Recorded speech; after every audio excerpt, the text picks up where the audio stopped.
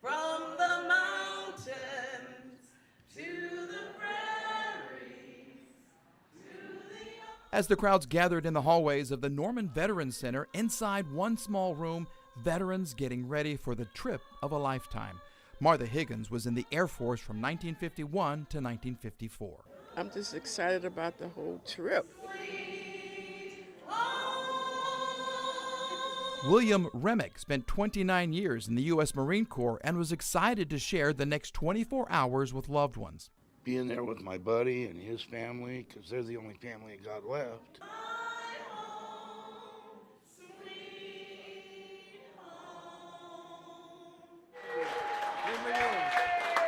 When it was time, Alan Vann, a 99-year-old Navy veteran who survived Pearl Harbor, led the parade, as family, friends, and caregivers cheered them on.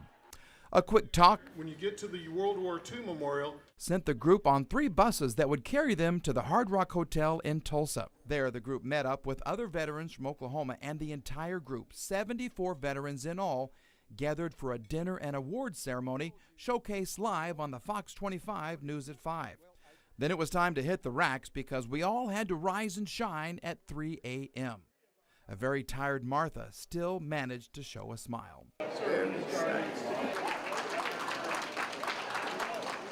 Once outside the Hard Rock, Guardians, men and women in blue, helped load the veterans on 3 buses marked red, white, and blue. For the next 21 hours, each veteran would be aided by their own guardian whose sole job was to care for and interact with those who served. Martha's guardian, her granddaughter, Jessica Powell.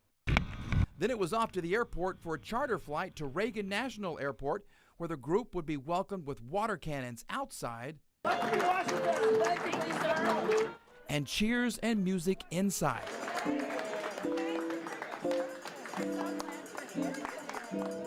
Our first stop, the Marine Corps Memorial. Then Arlington National Cemetery and its 624-acre tribute to the services and sacrifices of those laid to rest. Disabled veterans had a front row seat for the changing of the guard at the Tomb of the Unknown Soldier.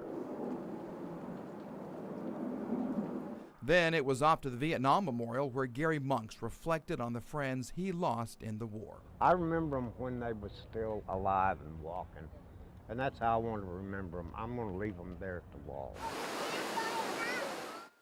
Finally, a visit to the World War II Memorial, where Alan Vann, who was on a submarine during Pearl Harbor, had a hard time talking about past friends. What are you thinking right now as you look at all of these?